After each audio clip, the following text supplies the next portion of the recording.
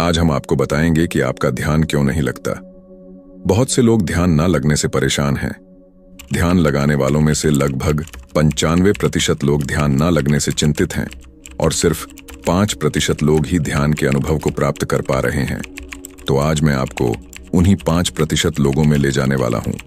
भारत द्वारा दुनिया को दिए गए कुछ नायाब तोहफों में से ध्यान साधना भी एक है। ध्यान साधना एक अद्भुत विधि है जो हमारे संपूर्ण व्यक्तित्व को निखारती है। मन की एकाग्रता से आने वाली शांति को पाने का रास्ता ही ध्यान है और यही ध्यान अंत में समाधि की अवस्था में पहुंचाता है। ध्यान एक कठिन प्रक्रिया है, लेकिन क्रमबद्ध तरीके से करने पर यह बहुत सहज और सरल हो जाती है। अगर हम सीधा ध्यान लगाने का अभ्यास करेंगे तो यह असंभव है, क्योंकि ध्यान से पहले योग में कई क्रियाएं होती हैं। अभ्यास करना आवश्यक है। ध्यान की कई विधियां हैं, लेकिन लक्ष्य एक ही है, समस्थिति अर्थात समाधि की स्थिति प्राप्त करना। मगर प्रश्न यह है कि इस स्थिति तक कैसे पहुंचा जाए। चिंता मत करो, तुम्हारा भाई तुम्हें उस स्थिति तक पहुंचाने का मार्ग बताएगा, मगर चलना तो आपको खुद ही होगा। तो सबसे पहले हमें जानने की जरूरत है कि हमारा मन कैसे कार्य करता है, ताकि मन की सहायता से ही ध्यान में उतरा जा सके। हमारा मन बहुत चंचल और शक्तिशाली है, यह तो आप भी जानते हैं।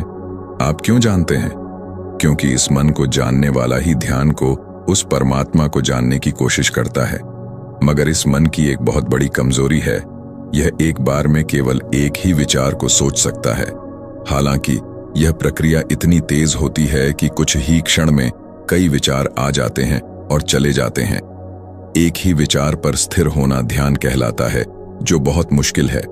जिसका मन जितना चंचल होगा, उसका ध्यान उतना ही कठिन होगा। अब मैं आपको बताता हूं कि इस मन को कैसे काबू में किया जा सकता है। अब प्रश्न यह उठता है कि जो मन इतना चंचल और शक्तिशाली है, क्या उसे काबू में किया जा सकता है? एक बार वशिष्ठ जी से उनके एक शिष्य ने यह प्रश्न किया कि इस संसार का सबसे कठिन कार्य क्या है? तब वशिष्ठ जी ने उत्तर दिया, मन को वश में करना। वशिष्ठ जी ने कहा कि अगर कोई व्यक्ति कहता है कि मैंने सारे समुद्रों का जल पी लिया, सारी वनस्पतियों को खा लिया, पृथ्वी को अपने सिर पर उठा लिया, तो मैं इन सभी चीजों को एक बार निसंकोच मान भी लूंगा। मगर कोई यह कहे कि मैंने मन को संपूर्ण वश में कर लिया, तो यह मानने के लिए मुझे अवश्य ही संकोच रहेगा, क्योंकि बिना अभ्यास के मन को काबू में करना असंभव है। मन को काबू में करने के लिए बहुत ज्यादा अभ्यास की जरूरत है, और वह अभ्यास है ध्यान। ध्यान एकमात्र ऐसी साधना है जिससे मन को वश में किया जा सकता है। जब आप ध्यान में बैठेंगे और आपका मन इधर उधर भागने लगेगा, तो आप उसे बार बार खींच कर लाकर अपनी श्वास पर टिकाएंगे। फिर ऐसा ही बार बार ऐसा करने के बाद आपका मन शांत होने लगेगा और आपको ध्यान में सहयोग करेगा। मगर इतना कहने से नहीं होगा, इसके लिए और भी बहुत कुछ है। चलिए आगे चलते हैं। ध्यान कैसे करते हैं वह मैं अंत में बताऊंगा। पहले जानते हैं ध्यान क्यों नहीं लगता। क्योंकि आप में से बहुत से लोगों ने यही प्रश्न किया था मेरी पिछली वीडियो में, उसी के लिए मैंने यह वीडियो बनाई है। ध्यान का एक छोटा सा सूत्र है, अपने भीतर इतनी शांति की विचार की कोई तरंग भी ना उठे, कोई लहर ना हो, ऐसा सन्नाटा, ऐसा शून्य, जहां बस तुम हो और कुछ भी नहीं, जहां यह भाव भी ना हो कि मैं हूं। उसी क्षण यह सारा विश्व तुम्हारे ऊपर ईश्वर बनकर बरस पड़ता है। अब जो हम जिंदगी जी रहे हैं, वह टेक्नोलॉजी से भरे संसार में जी रहे हैं। टेक्नोलॉजी हमें हर सुविधा सेकंडों में देती है, तो हमारी आदत हो गई है हर चीज को तुरंत लेने की। हम जो भी काम करते हैं, उसके परिणाम भी हमें बहुत जल्दी चाहिए होते हैं, तो ध्यान करने में भी समय लगेगा। ध्यान या नेचर ऐसे काम नहीं करते जैसे आपने एक बीज लगाया, अब वह अपने समय से ही बड़ा होगा। भले ही आप उसे कितना भी ज्यादा पानी डालें, वह बढ़ेगा अपने समय से ही। वैसे ही ध्यान को भी अपना समय लगेगा।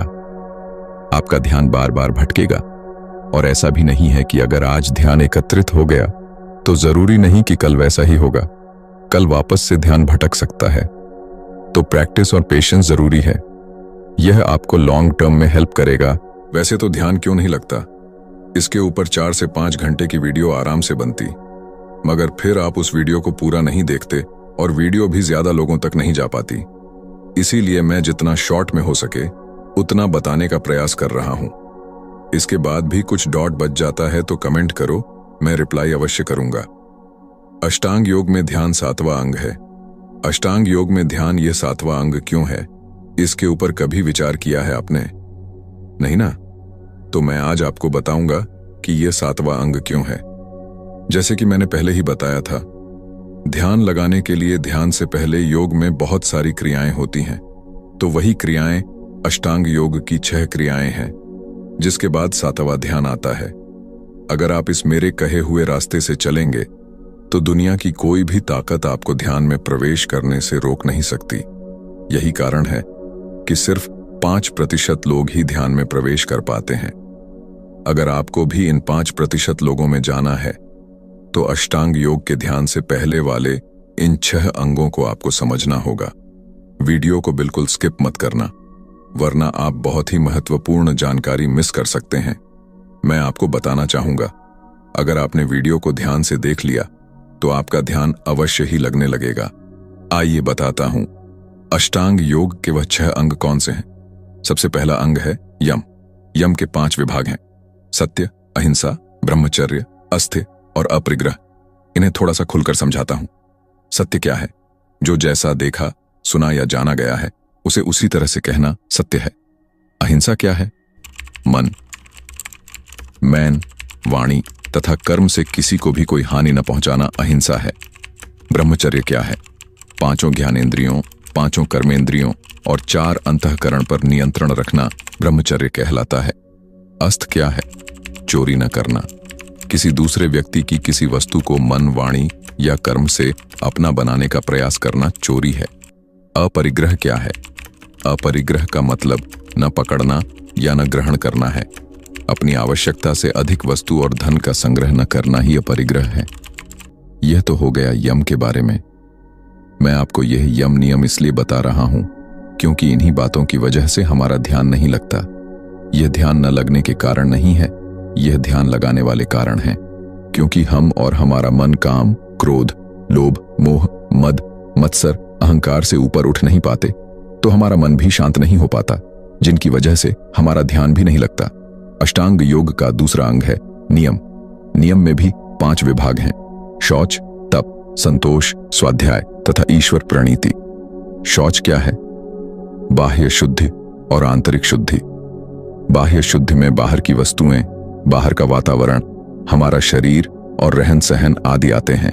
आंतरिक शुद्धि का अर्थ है अहंकार, ममता, राग, द्वेष, ईर्ष्या, भय आदि दुर्गुणों की जगह मैत्री, करुणा, नम्रता, सदाचार, मुदिता, उपेक्षा का पालन करना आंतरिक शुद्धि है। अब तप क्या है? मन और इंद्रियों के संयम रूप धर्म पालन करने के लिए कष्ट सहना तथा व्रत आदि का अनुष्ठान करते रहना ही तप कहलाता है। संतोष क्या है? सुख दुख, लाभ हानि, यश अपयश, सिद्धि असिद्धि, अनुकूलता प्रतिकूलता आदि के प्राप्त होने पर सदैव संतुष्ट प्रसन्नचित रहना संतोष है। स्वाध्याय क्या है? जिस अध्ययन प्रक्रिया को दैनिक जीवन में अपनाने जब आप इन विधियों का पालन करेंगे तो ध्यान में प्रवेश करना आसान हो जाएगा। यदि आपने इस वीडियो को ध्यान से देखा है तो आप ध्यान लगाने में सफल होंगे।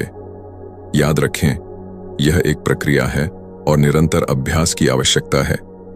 यदि आप अष्टांग योग के बारे में अधिक जानना चाहते हैं तो हमारे अन्य वीडियो देखें। अंत में आपके धैर्य और ध्यान के लिए धन्यवाद।